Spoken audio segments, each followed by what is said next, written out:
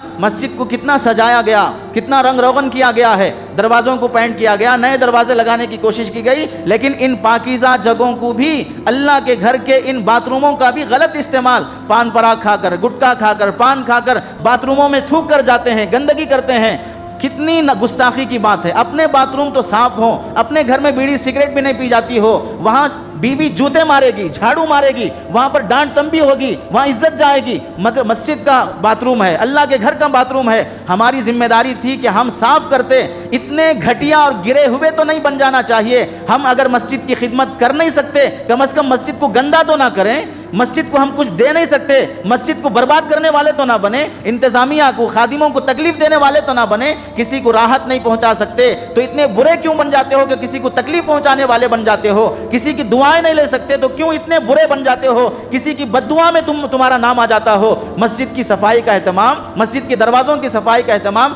ऐसी नापाक और घटिया चीज़ें खाकर अल्लाह के घर को पाक करने वाला कैसे ये उम्मीद लगा सकता है कि अल्लाह उसे अपने घर में आने पर रहमत बरसाएंगे,